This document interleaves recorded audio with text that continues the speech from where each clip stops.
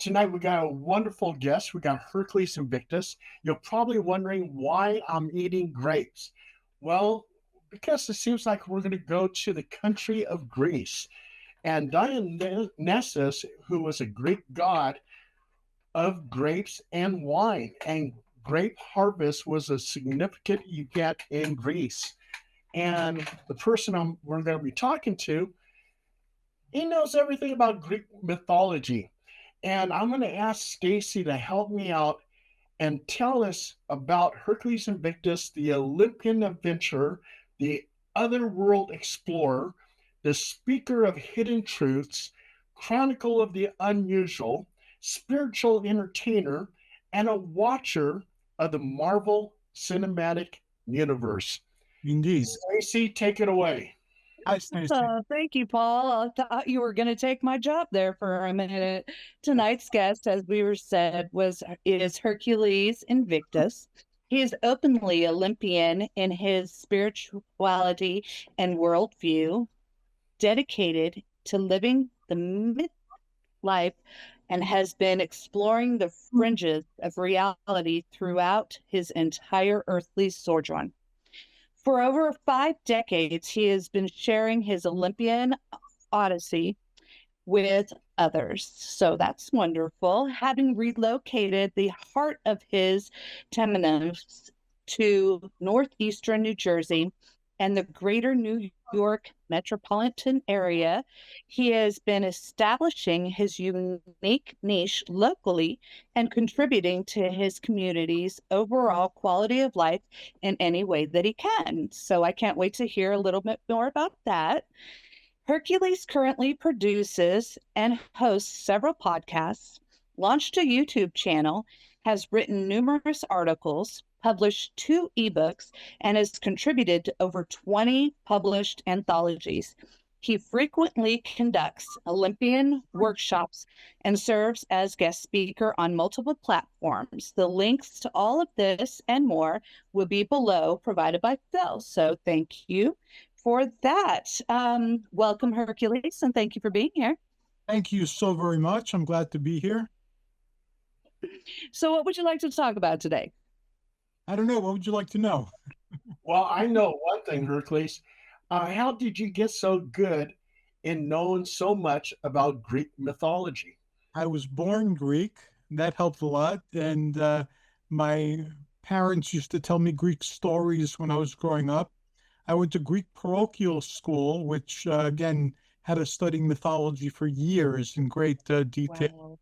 Wow. And when I was a tyke, they had a cartoon, The Mighty Hercules, and they also had these sword and sandal films, or Hercules movies, as they're sometimes called, playing on our black and white TV. So it permeated my existence, all these stories, and they've stayed with me for my entire life, and they've actually played a very significant role in how I've lived my life. Now, did you grow up in Greece? No, I was conceived in Greece, so I'm a honeymoon baby. Oh. But I was born here, and I've been to Greece numerous times, but I reside here in the United States. All right. And Hercules, I've always, when I first saw you, I said, this is how Hercules actually looks. I mean, you look like what I think Hercules would look like. Has anyone told you that? Yes, thank you. That happens quite a lot. I was in the Stop and Shop a couple of years ago, and somebody I didn't know came up to me and said, "Excuse me, you're Hercules?" And I said, "Yes, I'm Hercules." And he goes, "I got to tell you a story." He goes, "I was sitting in the pizzeria that's a few doors down and looking out the window, and I said, 'Oh, look, there's Hercules.'" When I was walking, and he said that the people in the pizzeria said, "Oh yeah, that's Hercules. He's around here around this time of day." So I realized that I was Hercules. So I thanked him very much for the story. And it's happened. People have driven by who, again, I don't know them, and will yell out, "Hey, Hercules." So I get that a lot. And so you're like a Hercules variant. Yes, you explained that on my show the other day. I would say so. A different manifestation. I'm my type of Hercules. I'm the Hercules who's here doing this now. And Hercules, tell us about some of the books that you've written. Well, the only ones that are completely mine are the ebooks, and one of them was part of a guided visualization type journey. It was inspired by dream and other meditative journeys, and I tied it together and fictionalized it. And then the other one was a visionary exploration of gems, especially the quartz crystal, and how it was Hmm. used in ancient Greece. The other books, most of them were published by Tim Beckley or Tim Schwartz and Sean Castile, and they're metaphysical. There's everything there from aliens to cryptids to Nazi treasures, you name it. I've written about it at one point or another point. And now I have a book coming out with Llewellyn this November, and that's about theurgy. It's the ancient art of reaching divinity, and in my case, Olympian divinity, and channeling it and trying to anchor it in our reality to create positive influence in our reality. So that's an interesting journey I've been on for a long time too. Those sound so good. Thanks. Do you like the method of ebooks? I tried it. I wrote two of them. They didn't really. Um, I guess they didn't become bestsellers or anything. I didn't particularly care for it. So after I tried the ebooks, I just sent out my work to different publishers, and I did that for a while. And now with Llewellyn, it's a much bigger publisher, and now I'm looking for things to do with bigger publishers, as well as continue working with Tim Schwartz, because Tim Schwartz is an awesome individual. Okay. And And also, that's how I met you. So yeah. Also, too, if you're doing ebooks, one good method is using Internet Archive. That's like one of the simplest ways to publish an ebook. And if you want to know more information about it after we do this interview, I can tell you.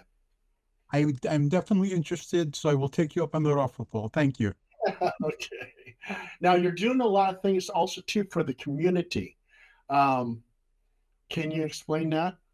Sure. I'm an elected official. I'm on the county committee. And I also was until recently. Recently, I was diagnosed with Parkinson's disease. So I've cut back on my activities quite a bit. But I was the chairperson of a couple of committees, the um, committee for people with disabilities and accessibility, and one for mental health and stigma. And then I was also the champion of the mayor's wellness campaign for a number of years. And I get involved as much as I can in my community. And again, right now I can't as much as I used to, but on community night, I'll have a table proclaiming the Age of Heroes, where everybody can help out to the extent that they can with everybody's optimal health. So I'm giving out a lot of books, and I'm containing on the table flyers with information where people can go for more information. So again, it's not a big thing, but it's something I can do. So that's the whole thing with the Age of Heroes. If everybody did what they could do to make their world a better place, their immediate world, like and their neighborhood, however big they want to draw their circle, we could all make this a better world if we engaged in doing that. And Hercules, when were you diagnosed with Parkinson's disease? Well, the diagnosis came slowly. There's a lot of different things they watch for. So they've been watching me for a couple of years, but recently I was displaying enough symptoms where they made a diagnosis. So they put me on medication. And fortunately, I didn't need that much medication to stabilize myself. And I learned that exercising is very good for Parkinson's and exercising your mind as well as your body. So I've always wanted more time to do workout and more time to do meditation and visualization and things like that. So the Parkinson's kind of forced me to do that. So in that sense, it's a good thing. I'm doing more of what Isn't that the way it goes with most of us, though? It's, not we don't do it until we're forced to do it. So There's no cure for that, is there? Um, There is no cure for it, but it could last and unfold for a very long time. And there's a lot that you can do to at least make it go not as unpleasantly as if you did nothing. So I've been ordering books from Amazon by people who claim to have beat it or claim to be living with it optimally where it doesn't affect them that much. And I'm seeing what they did, and I'm trying to do that. So far, that's been pretty productive. I've learned that I can change my meditation techniques to calm the shaking pretty quickly. And also, there was one book I read where they said you can command your Parkinson's to, like to stop shaking or to stop preventing you from moving. And I found that oddly enough, I didn't think that would work, but it did. So now I have more Really? techniques we built. Yeah. So I started reading a book on how dancing helps with Parkinson's. And I'm Greek, so we were born dancing, love to dance. Mhm. So even though my dancing resembles like a shuffle more than a dance right now, I try to do like 6 minutes, 7 minutes of that a couple of times a week. And also boxing. I never got into boxing, but I do shadow boxing. So they said that boxing movements are very good for Parkinson's too. So I incorporated that into my regular workout as well. So it's an adventure, and everybody has challenges, and these are mine right now, and I'm sure I'll have other ones as time progresses. Who's the star to Back to the Future? Doesn't he have Parkinson's also? Yes, Michael J. Fox. Yeah, He's Michael J. Fox. Yeah. and somebody just gave me a book by Michael J. Fox, so I haven't started that one yet because I'm still reading the ones with the boxing and the dancing, but that's my next book to read. Wow. Wow. So you're really going through a journey here with that. Yeah. And when you first heard about it, were you in shock or? Oh, sure, I didn't know very much about Parkinson's, other than people shake. Well, Their movements are restricted, so that was concerning. But then I immediately started reading about it and educating myself and seeing that, okay, this isn't a good thing, but there are lots of things that aren't good that people experience. And I've experienced many not good things in my life, and I'm still here and I still have a positive attitude. So this is what my challenge is now. And I will meet it like ancient Greek with stoicism and as much joy as I can muster and try to make the most of it. now, Hercules, you're also to associate with the legendary author Timothy Beckley. Yes. How did you meet Timothy Beckley? I met him years ago at John Keel's Fortean Society. John Keel is another legend, like Timothy Green Beckley is in the paranormal investigation, UFO investigation field. So I used to go to the Fortean Society meetings. I met Tim Beckley there. I may have met Tim Schwartz also because we had very similar memories of a couple of the places where they had the meetings. So maybe I met him there too, but I don't remember Tim Schwartz. So I met Tim Beckley there. And then years later, when websites were the thing, I had a website and I was reviewing different books in different categories. So I contacted Tim Beckley and he sent me a crate of books. So I had plenty to review and plenty of movies to review. And then I started putting them on Amazon um, as reviews, and we reconnected that way. Then he discovered that I could write. Yeah, so I started submitting to his books and magazines, which I was reading at the time. So it was like a dream come true for me because growing up, I admired people like Tim Beckley, people like Brad Steiger, Hans Holzer, John Keel. And so now I was among this company writing these books with lurid titles about the unseen world. So it was like a dream come true. That's awesome. And Hercules, have you had paranormal experiences? Yes. Can Um, you tell us about them? Sure. When I was young, I was raised again in Greek culture, and Greek culture is very superstitious, I guess that you would call it. They believe in the evil eye. They believe in kalikansari, which are like a type of goblin. They believe in all sorts of things. There's all sorts of folklore that people believed in. And back then, it was pre-television in Greece. They had radios. but there was a lot of superstition. People dressed like they did in the Middle Ages. Gypsies dressed like gypsies in movies when they had carts that were like covered, and people were afraid of them when they came to town, and they would tell you to give the gypsies whatever they want so they didn't curse you, and they would tell stories about children being cursed with lice. So I grew up in this environment, so I believed in this stuff, and I perceived a lot of that.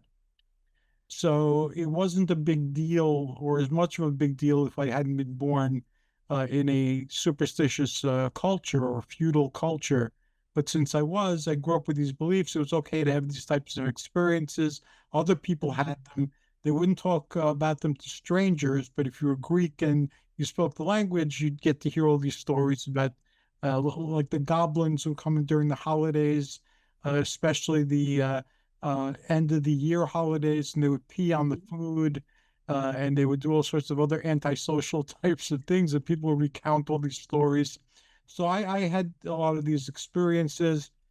I've seen people who are no longer alive appearing, and I would describe them to people who knew them, and elementals and other type of folklore creatures. I would be able to see them as lights around trees and beings in the water and so forth. So I grew up with those types of perceptions. I learned growing up here that you don't share this with people who don't believe in these type of things, because then they look at you like you're crazy. So I stopped talking about it to Americans.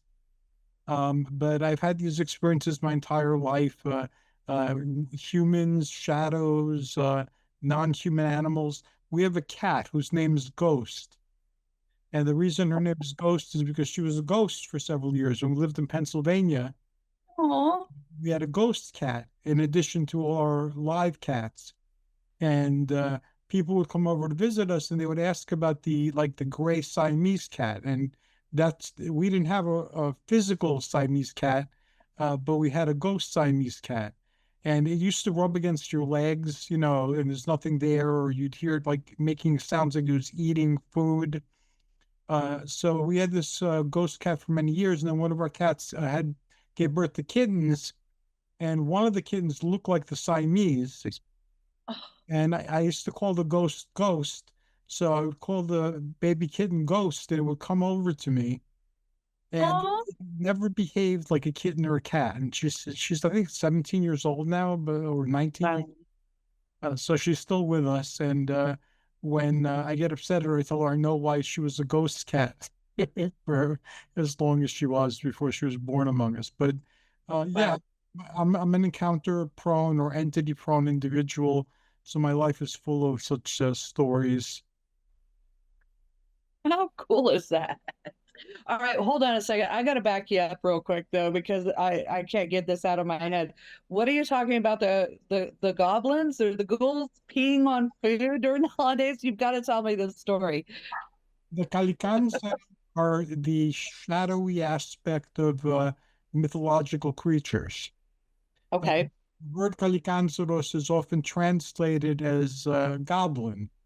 So they don't look like the goblins from Tolkien or from fantasy books. They're shadowy, humanoid type creatures. Um, Oh, but they are said to cause mischief, especially during the holy days, the holidays at the end of the okay. year. So one of the things they're known for, other than making messes, is defecating and urinating on food Oh, to spoil the feasts. So people used to tell me stories all growing up about the Calicanzari, those damn Calicanzari and what they did, and so on. So so basically they get blamed for things that the drunk uncle did, huh? that's a possibility. That definitely is a possibility.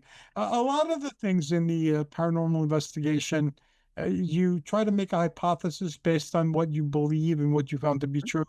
But I'm the first to admit, and despite the fact that I've had an encounter-prone life, that I really can't positively tell you I have my explanations, I have my favorite theories.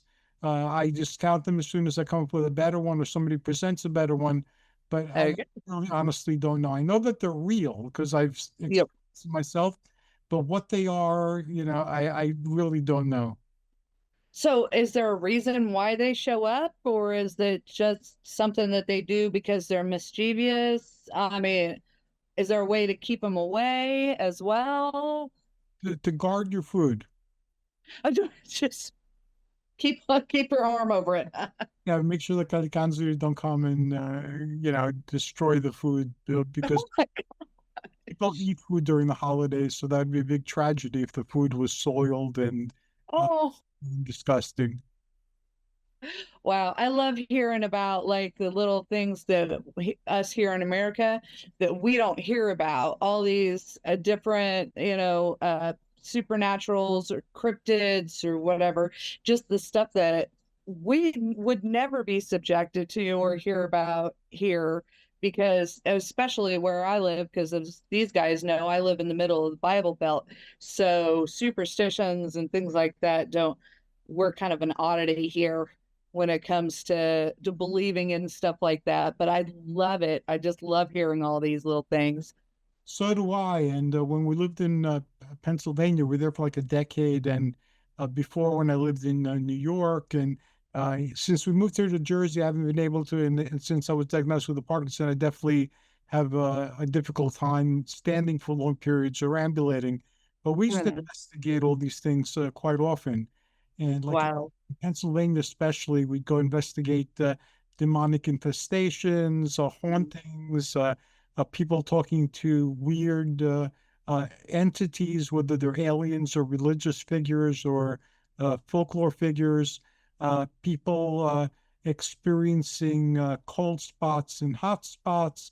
And we had more than our share of cryptids. There was like the walking hand, which could also be a land octopus. So some people thought that was a common Oh, investigate in Pennsylvania. There was something that looked like a walking hand and it had like a bulbous head.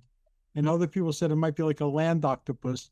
Then there was a thing that looked like a snake, but it moved really fast and it was furry and it had red eyes that glowed in the dark. We oh, investigated that, and we found 3 generations of people who didn't know each other reporting the same phenomenon, with this slithering, furry, red-eyed thing. that doesn't sound like a cute thing. It doesn't sound like, I'm sorry. And so that doesn't sound very cute to me. My wife, she's a scientific one among us. She researched all these things could be like pygmy badgers or whatever remotely sounded like it, but we weren't able to identify it at the end. And some things turned out like once we investigated a demonic thing, and what they were hearing that they were attributing to growling turned out to be somebody mowing their lawn like 2 streets over. Oh my God. They were very upset when we pointed that out to them. But, but some things could not be explained. Yeah. Hercules, Yeah. have you ever investigated the Pine Barrens? No, I always wanted to investigate the Pine Barrens. I researched the Pine Barrens, and on an earlier series of podcasts out in Pennsylvania, I talked to the authors of 2 books on the Jersey Devil. Yeah, the Jersey Devil. Yeah, and they wrote a sequel to that. So I interviewed them years and years and years ago, and I reviewed their book too. So I was interested in Pine Barrens. I have people I know who went there, but unfortunately, I never went to the Pine Barrens. You? No, no, I haven't been there. I I've been grew in I New grew up Jersey. there. That's where I grew up, Paul.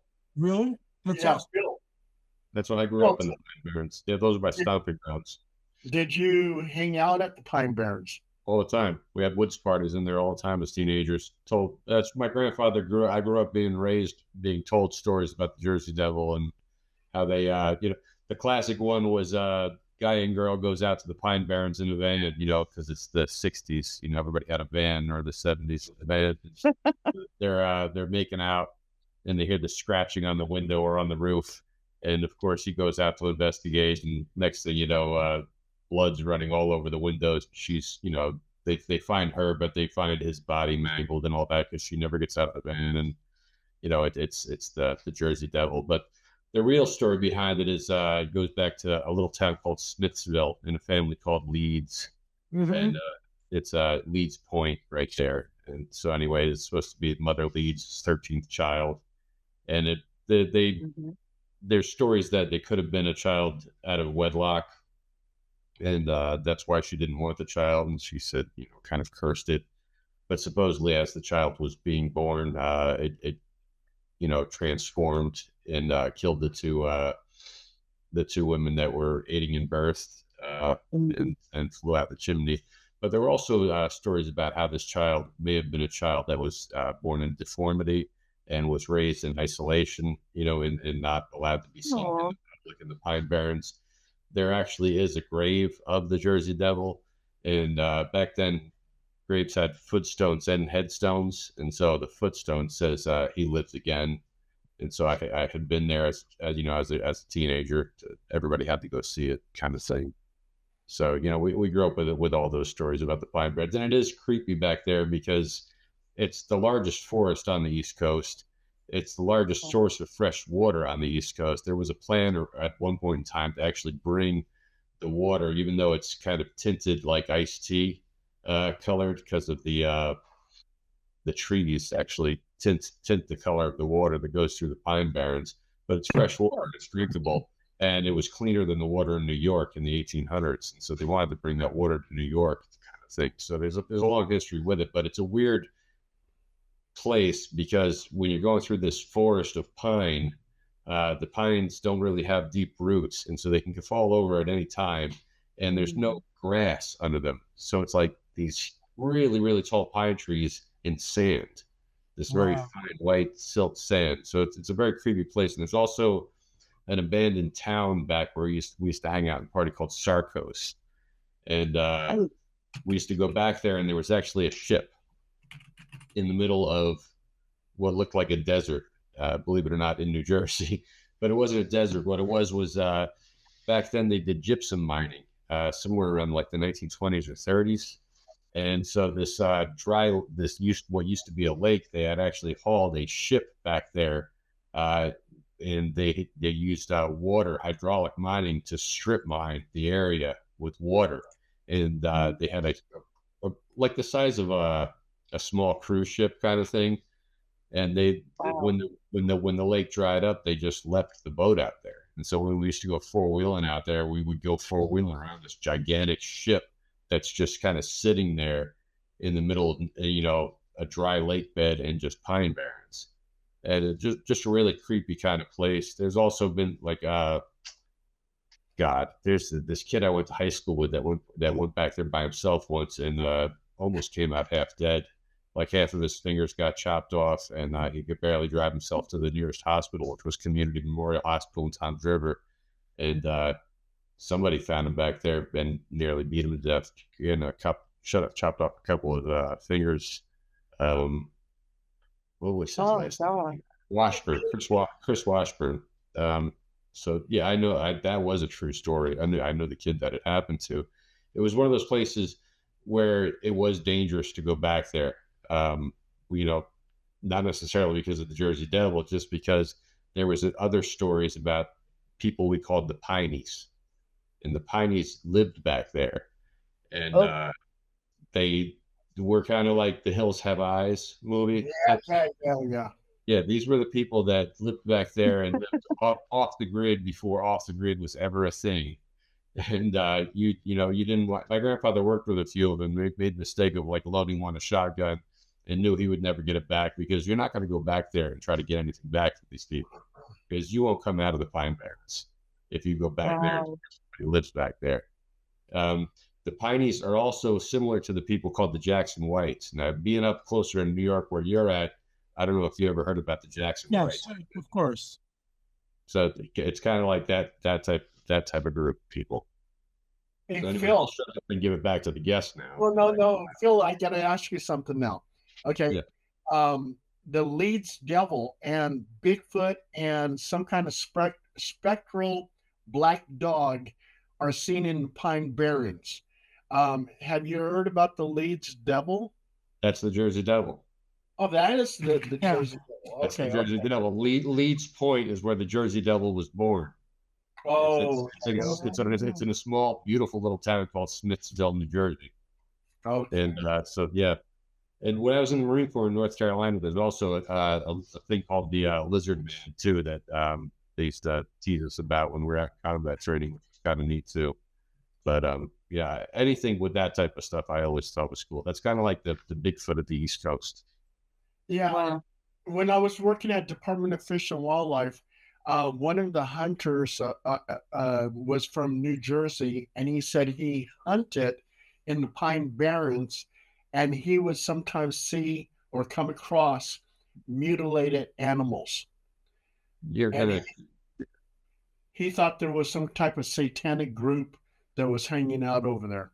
there have been at times. There's also a woman back there who had like 40 tigers, Oh my God. they would collect roadkill and bring them to her to feed her tigers. Eventually, the tigers ended up almost killing her husband, and they had to be turned into other organizations. That's a true story. You can look that up. There's a whole documentary on that.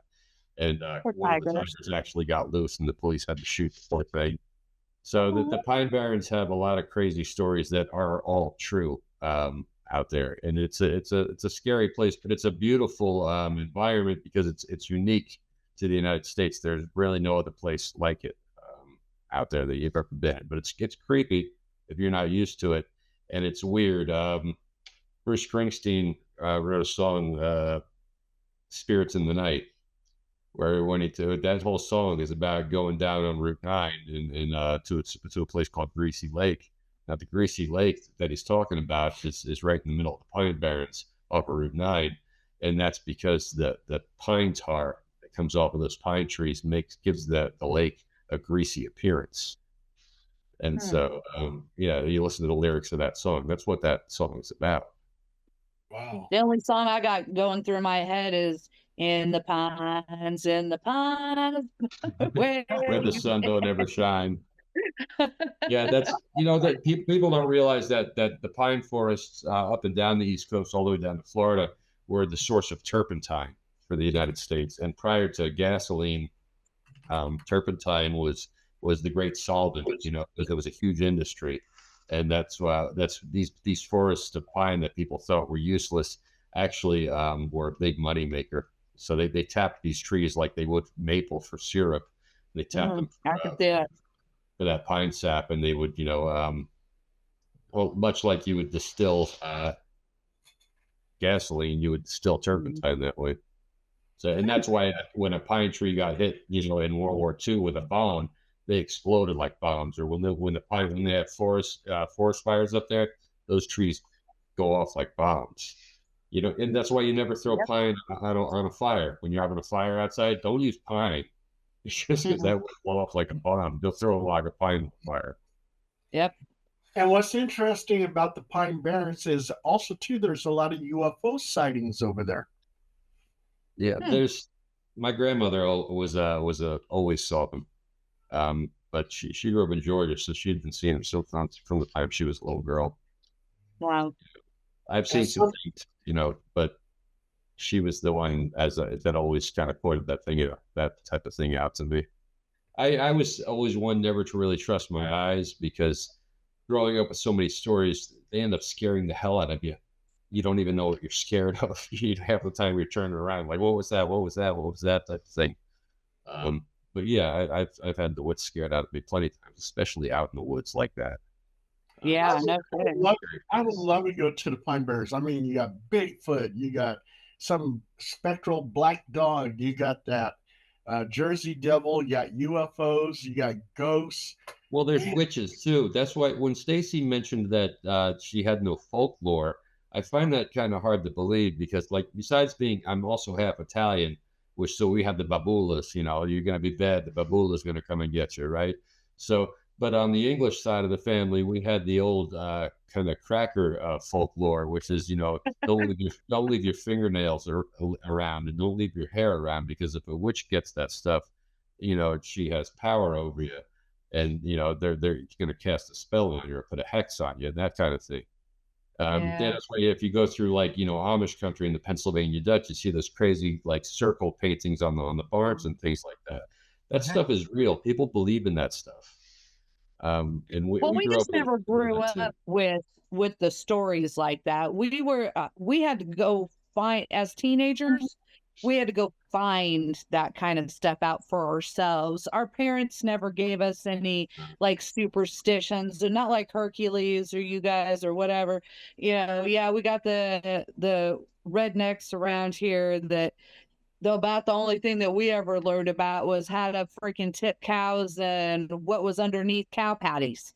So you know, but it's like when I was younger, I never grew up with that stuff, and people didn't talk. It's because people didn't talk about it. You didn't talk openly about stuff like that. Like I grew up with ghosts in my house the entire time. You didn't talk about it. Like Hercules was saying, you just didn't talk about it to other people. Because if you did, then you were automatically freaking crazy. Yeah.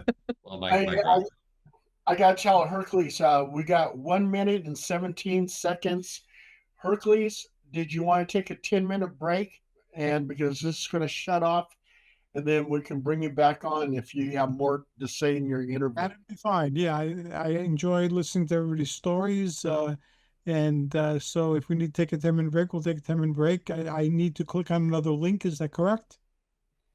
Yeah, you'll receive another link, and then we'll finish up your story. Okay, great. I look forward to seeing you guys in 10 minutes. Okay, sounds good. Awesome. And the countdown is on as we're at 39 seconds, and it's getting close. Paul, you need to say, what do? Don't forget to like, comment, and subscribe. There you go. Stacy's got it. There you go. I'll tell you. Yep. All right. We'll see you guys later. Okay. 10-minute break. Smoke them if you got them. All righty. I would, but I don't. So. Yeah, I haven't for a long time. All right. Bye, guys. We shall see you later. Bye-bye. All I can see is Hercules, take it away. Whatever you want to talk about, let's go for it. Well, I was thinking about what some people shared. Like, I want to learn more about the Jersey Devil. So I guess I'll invite you to be on my show and we can talk about it for an hour. And everyone here is welcome to come to my show as well to discuss their own experiences. In Greek mythology, all the cryptids or all monsters, or terata as they're called in Greek, are the children of Typhon and Echidna, which are primordial beings. And a lot of these stories in Greek mythology are heroes against the children of Typhon and Echidna. We don't have a myth like that here in the United States.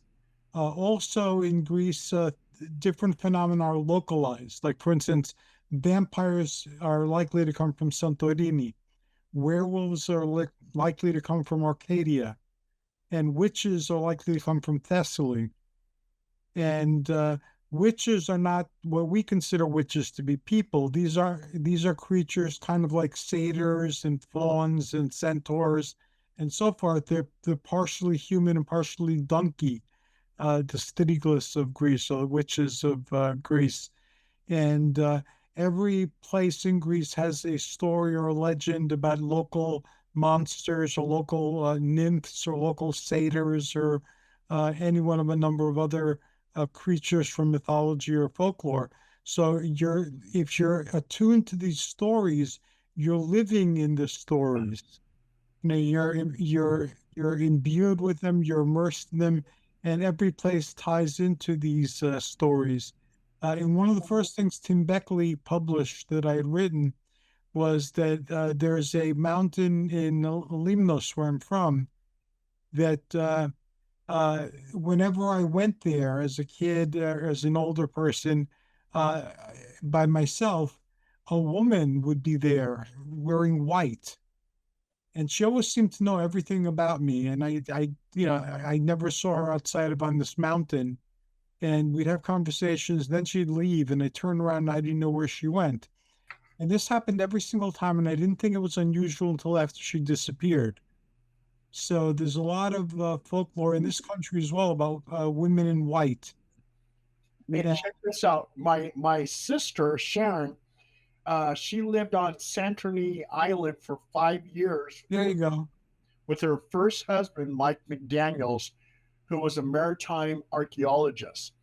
And she said that in Santorini Island, a lot of people theorize that it used to be Atlantis. And she Yes, says, Theon was called. yeah. And she says Santorini Island, there was two things that you would always see: lots of ghosts and a lot of naked people. Well, the naked people, that's because of tourism. That's still going on. And Which one's scarier? I'm sorry? Which one's scarier? It just depends how you define scary. Uh, and I've always liked, again, these type of topographies that are sacred or folkloric or rich with storytelling.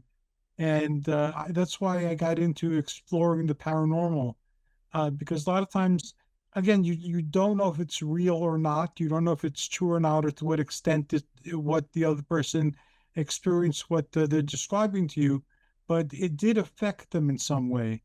And sometimes the story affects other people, and then these people affect the culture. So the very fact that we're now discussing things that a few hundred years ago would have gotten us burned for discussing Right. human progress. So Yeah. I'm glad that we have the opportunity now with technology to learn more about the stories of other people, compare them to the stories that we grew up with, and then to seek what the common truth might be, between these stories. Hey, Well, Hercules, what's your idea? What's your thoughts on the Oracle of Delphi? I mean, they say that the fumes that were coming out from the rocks was causing her to hallucinate and see future events. Do you believe Yes. that, or do you think it's something else? That's the story. The story is that there was a fissure in the rock, especially in a cave, and that goats would start acting very giddy.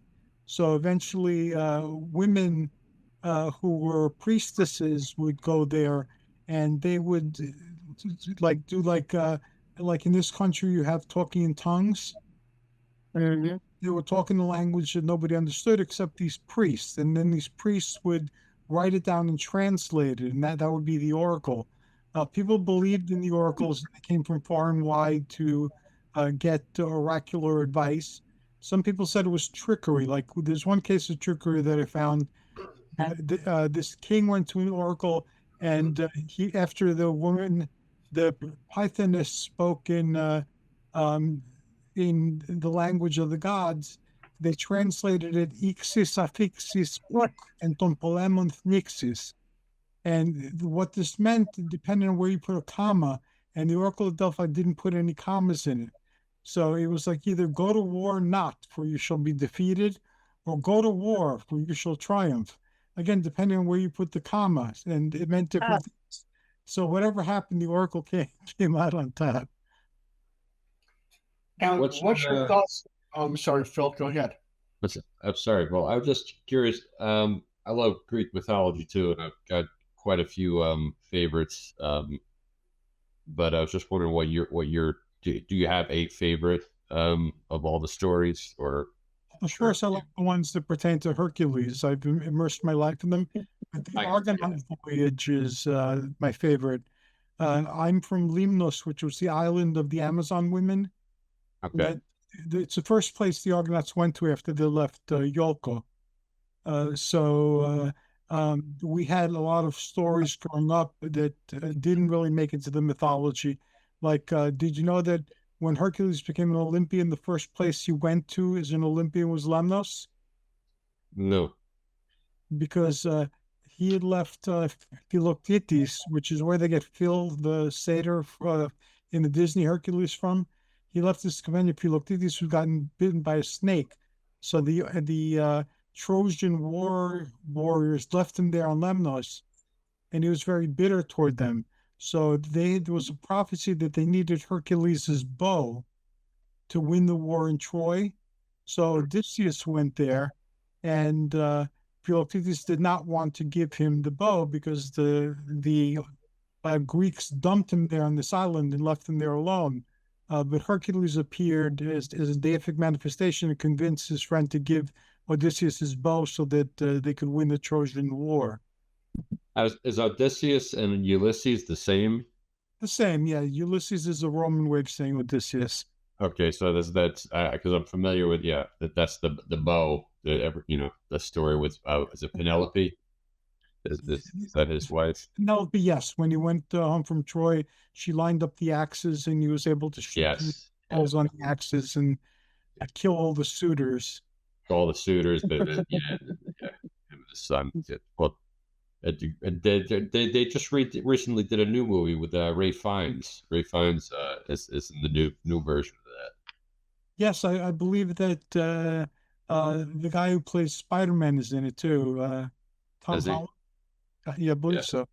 Yeah, it's but yeah, I mean, I remember the one with Kirk Douglas, which was a great one.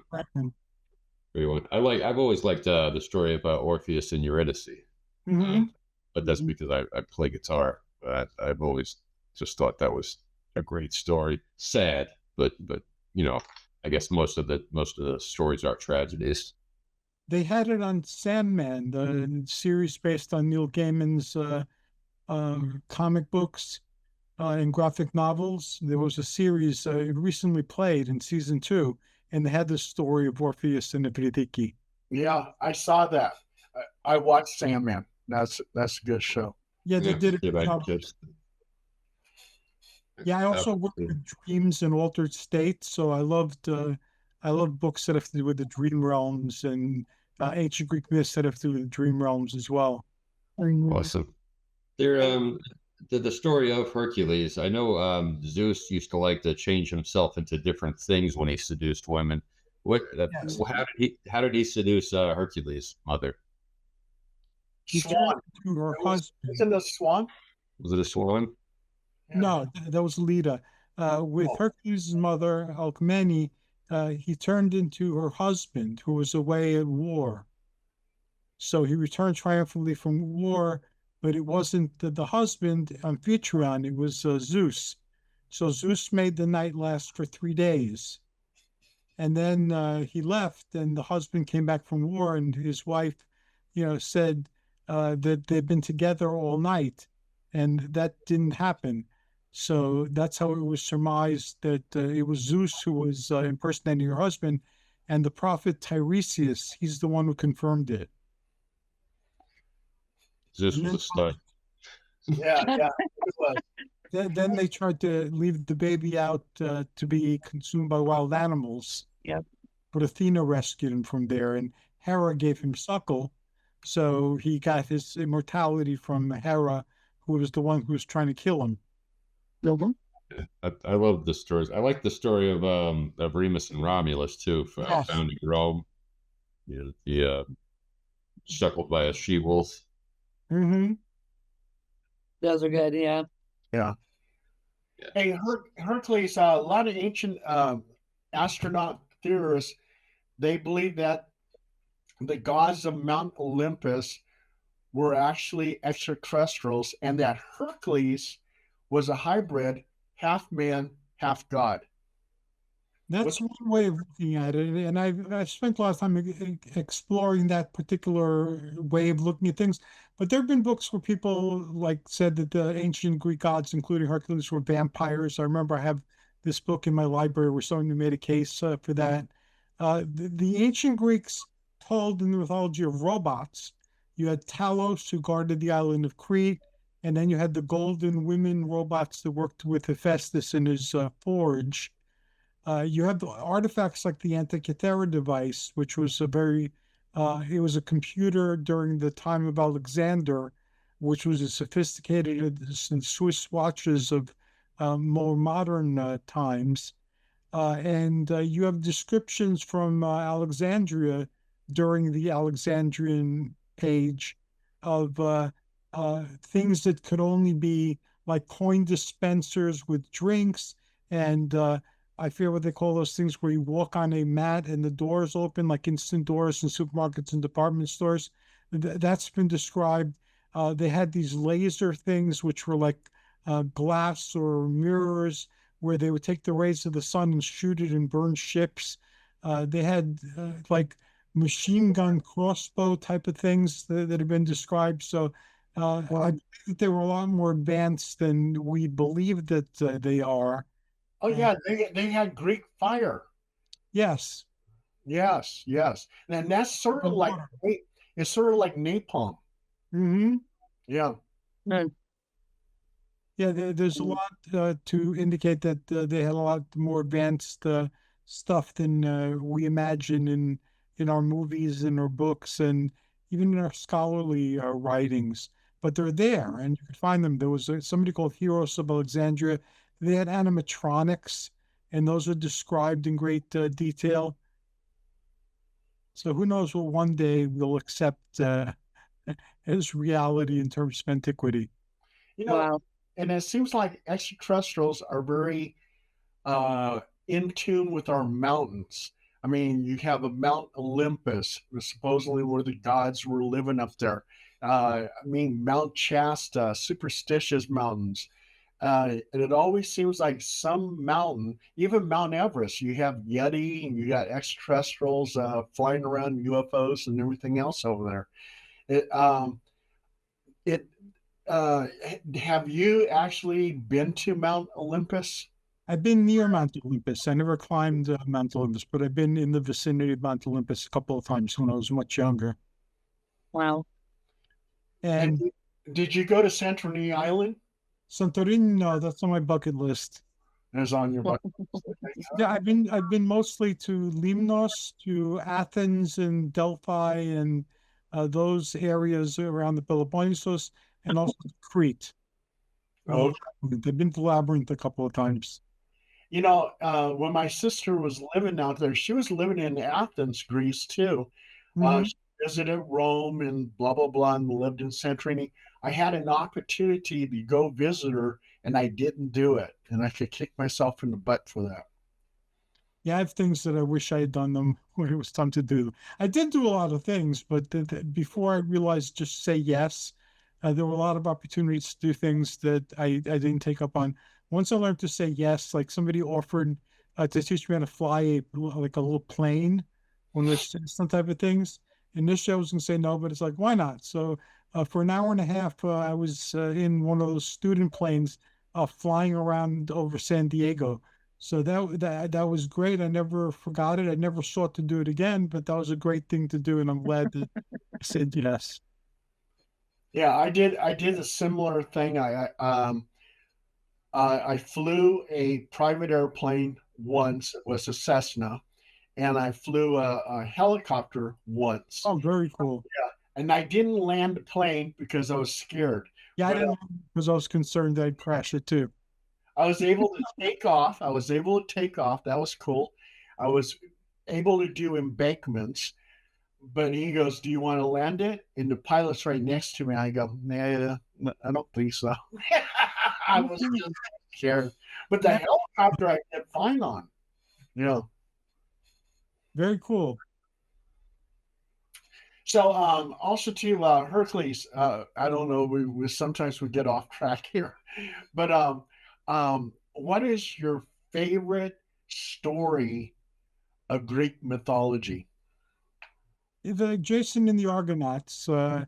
Okay. I find that when I do my Age of Heroes initiatives, and I've done a couple of those, like in New York was the biggest one years ago, before Bill Gates solved the problem of giving computers to our libraries, there was something called the digital divide. And people with computers were able to access all this information. People without computers were not. And it wasn't easy to get access to computers. So I declared an Age of Heroes, and I declared that the digital divide was Gningikap, the gaping void in Norse mythology. And using the Jason and the Argonauts legend in the movies, I inspired people in the human services to lend a hand. So without any money or any plan, really, we eventually got some agencies to donate space and computers and staff, and we had a lot of volunteers for new computers. And we had centers in downtown Brooklyn where people can go to learn how to get an email and to get an email and check their email and how to use the computers to research things and so forth. And I had a cable TV show at the time. And so we had done like a special episode of that on the Age of Heroes. And we wound up with a comic strip in Big News, which was a newspaper at the time. So it was a lot of fun for a few years. And then again, Bill Gates solved it on a massive scale, way beyond anything we could do or imagine. And the problem resolved itself. But now I'm very concerned with healthcare and what's going on with healthcare, regardless of what people believe politically. We're all people and we all have health issues to be concerned about. So I'm trying to do what I can to spread information about healthcare and to tap people into available healthcare and to let them know who to talk to if they're not happy with the state of healthcare. Good. That's nice. Yep, that's good.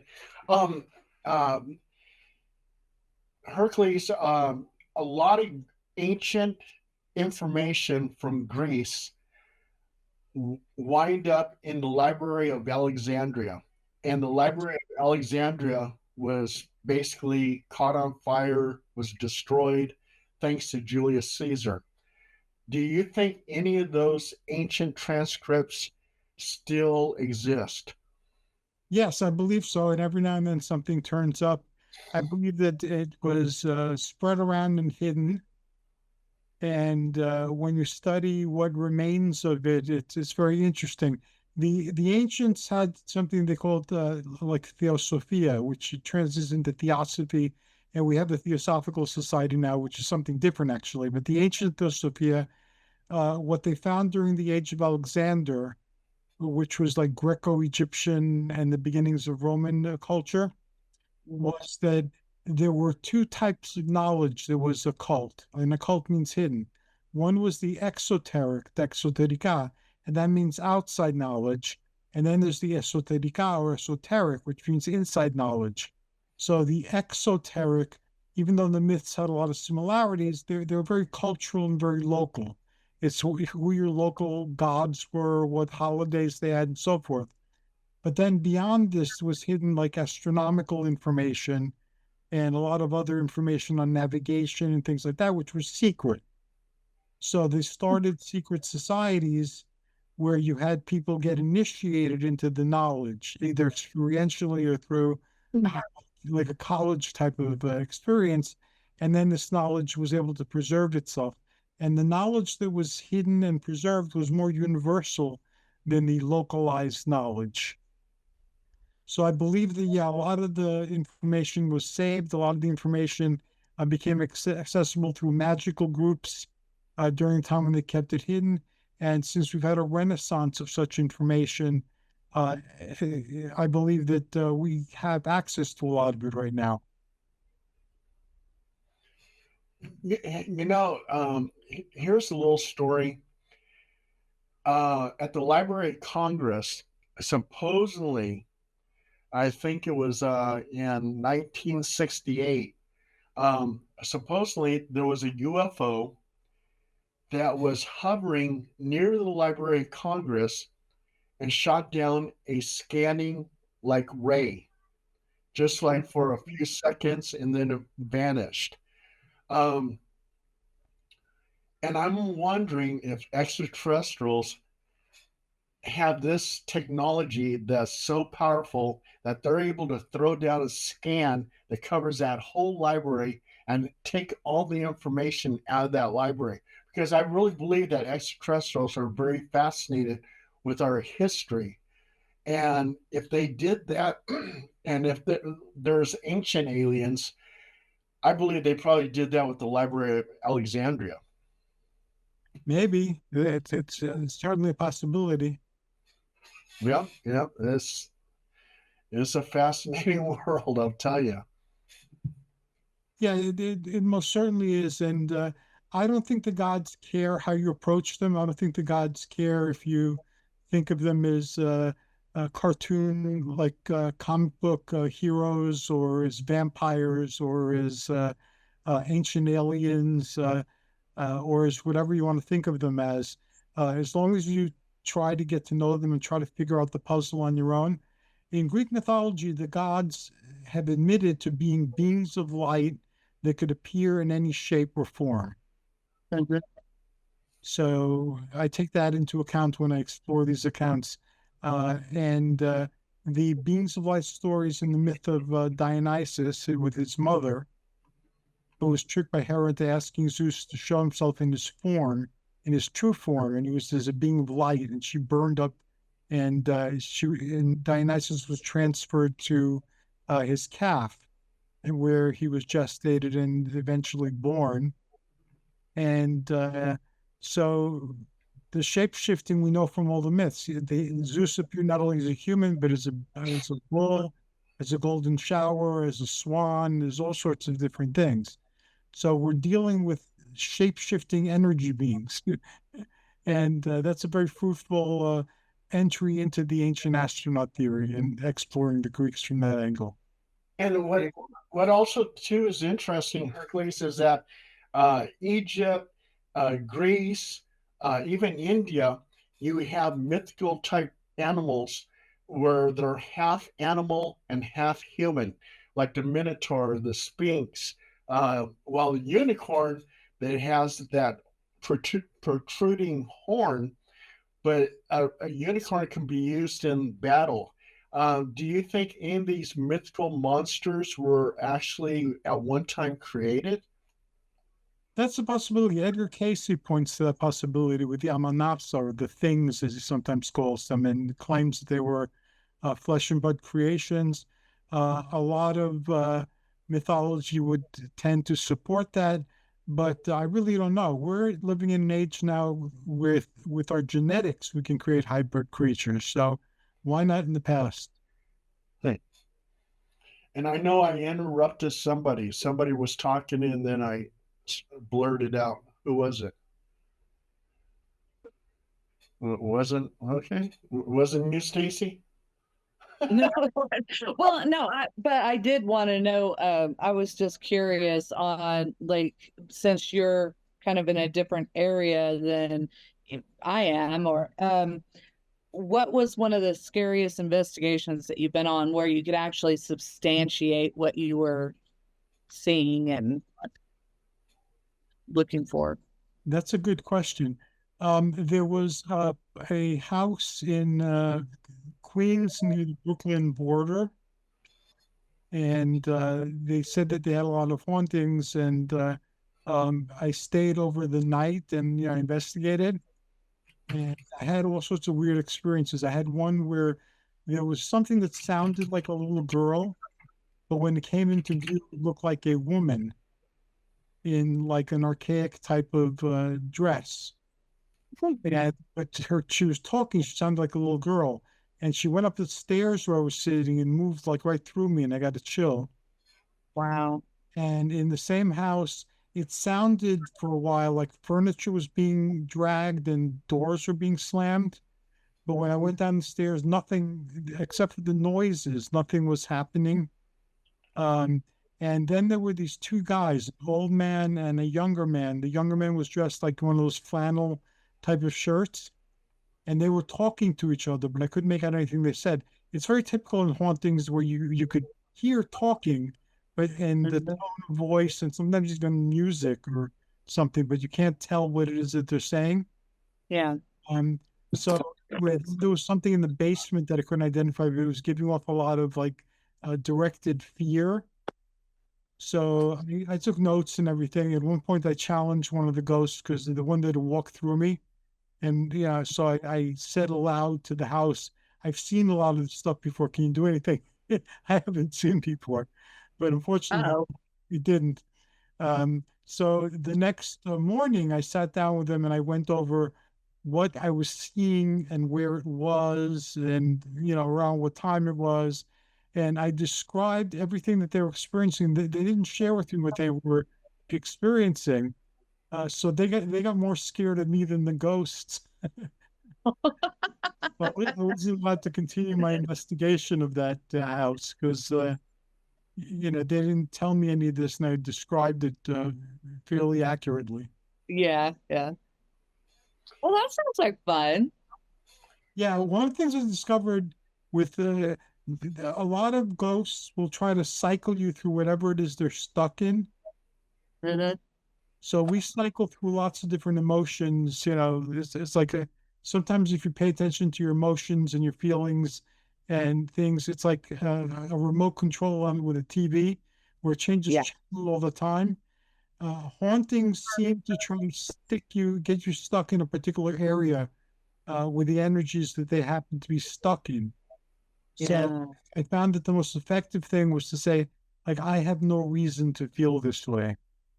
So if all of a sudden you're feeling suicidal or depressed, it's like I have no reason, to feel this way and to recognize that you're feeling it, but it might not be originating with you. It might not actually have anything to do with you, other than the fact that it's a state of mind that you might find yourself in Yeah. occasionally. And then just that way try to break the state of mind and not get stuck in it. Hey, Hercules. I was going to ask you, like, what was going to be some of your notable cases, investigations. I know New York is right next to you. Did you ever go to the Amityville house?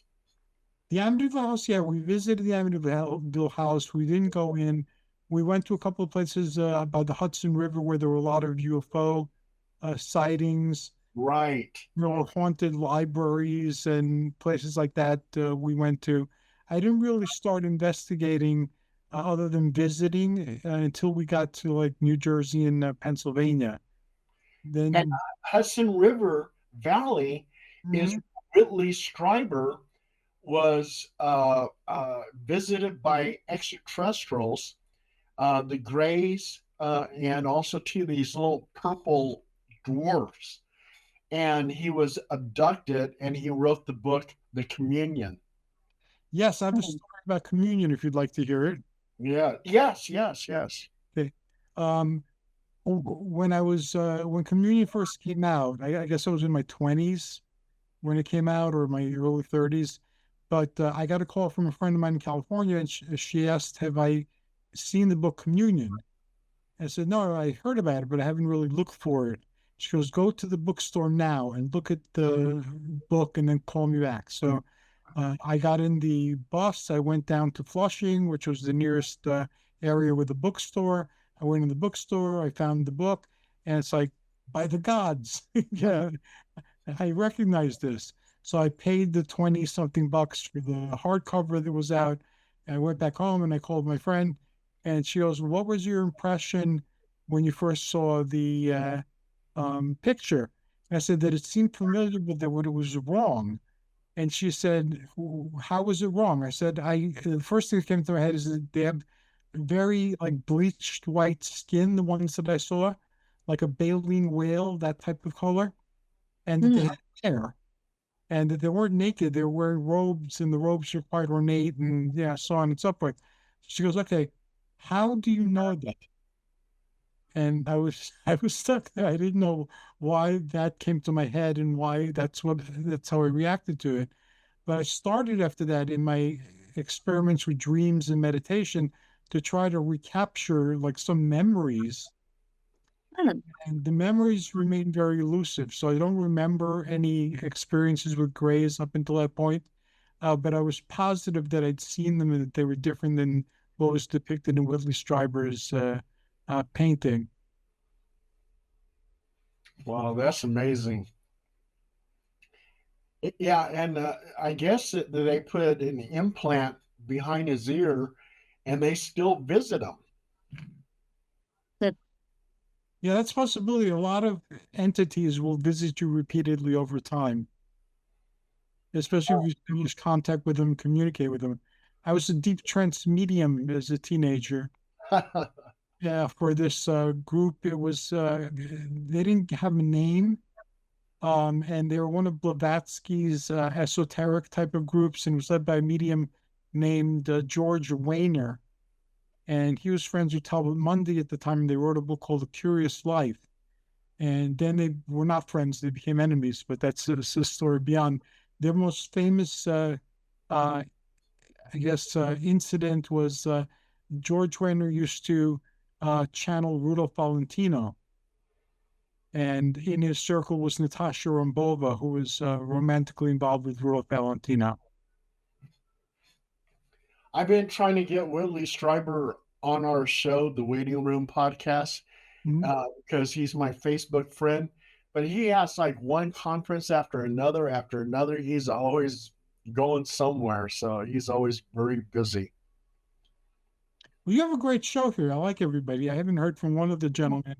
He's home now, but you guys seem like... Well, you just left. See what you scared him off, Hercules. Yeah, that's possible. He's like, oh no. It's that leonine zodiac energy from the first labor and the labor before the first labor. So I'd love to have you guys on my show. I've had Paul on a few of the shows, and Paul's going to be a regular very soon. So you guys are more than welcome to do. I'd love to learn about what you guys do. I love the stories about the Jersey Devil. I want to learn more about what you're not allowed to tell people in the Bible Belt. And I will tell you, Zandine, he was talking about you before you ran off. So he was asking if you had anything to ask him or at least something to say. For some reason my signal went bad. I thought it was you guys, but no, I was just listening to him. You have a really a complex, mature depth of knowledge, and I was thinking, as you were talking, the first couple of minutes when you talked about healing, and using your mind, I'm at the point now where I like metaphysical things, magic, all the things that will fascinate you as a child to put you on that journey. But then it comes a point where you want to be able to use that for health, like really and truly. So a question I was thinking about you, I had two questions. One was, do you feel that we've been conditioned to not be able to use those type of esoteric things in our mind? The subconscious is supposed to be really powerful. I mean, evidently, like last week, we were talking about materializing hands from the power of the subconscious. So do you think that we've been taught not to use it, so we're dumbed down? And then I was going to ask you, being Greek, what do you feel about the daemons, the extra humans, not demons, but the way Greeks looked at it? And do you feel you have one, good or bad, that's attached to your soul? So I just want to ask you those things. The daemons in between creatures, they're found between heaven and earth. And in some accounts, they're found between earth and underworld. It just meant an in-between entity in antiquity. Unfortunately, the word inspired the word demon, which in antiquity was called kakodemon, which means bad in-between entity. And the other agathodemon was a innocent in-between entity. Angels were considered to be daemoness, in-between creatures, but the word angel didn't connote a particular type of entity. Angel means messenger, and Malik in Hebrew is the word for angel. It means messenger there as well. So if I gave Paul a message about next week's show, I'm an angel in that case, because I conveyed a message, to somebody. So yes, I believe that they're in-between creatures. They usually give birth to a lot of folklore tales, and a lot of the entities take the shape of folklore creatures. Some of them also copy things in the surrounding area. Like when I was investigating elementals for years, when I was much younger, some elementals that are in the tree areas between highway lanes look like cars, ethereal type of cars as they're zooming back and forth. And daemon could also mean, like with Socrates, his higher self. And that's the part of you that isn't who you are, the smaller aspect of you, but is standing in a higher place, watching over you. And that's there because if you sit and think back on your life, you have the sense of self, the sense of I is a little detached. It can remember experiencing all the things that you remember and feel a lot of the things, but it's kind of like a few steps away. That's the daemon, that's the higher self. And it doesn't change throughout your life. It remains the same.